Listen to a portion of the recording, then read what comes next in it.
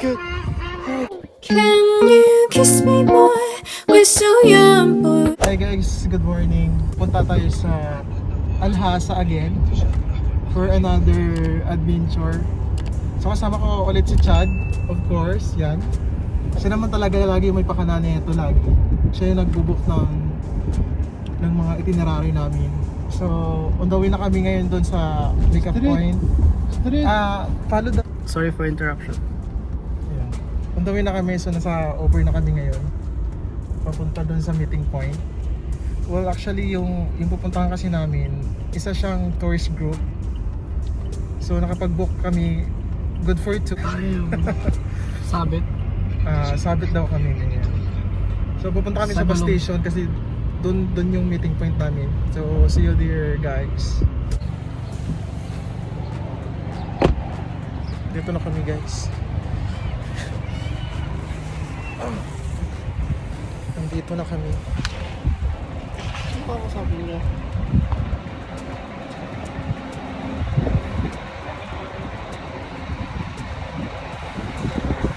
Ito na yung bus namin. Sasakyan. Papuntang Alhasa. Antay muna tayo ng konti. So, update guys. Dito na kami sa loob ng...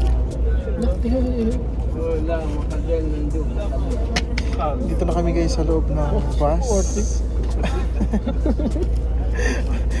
Tinatakpan ko. Allow. May binigay sa amin guys na tada! So meron kaming snack. On the way na kami papuntang Alhasa. Tapos from the very first time first time ko sumakay ng bus dito sa Saudi Arabia. And I don't know what to feel.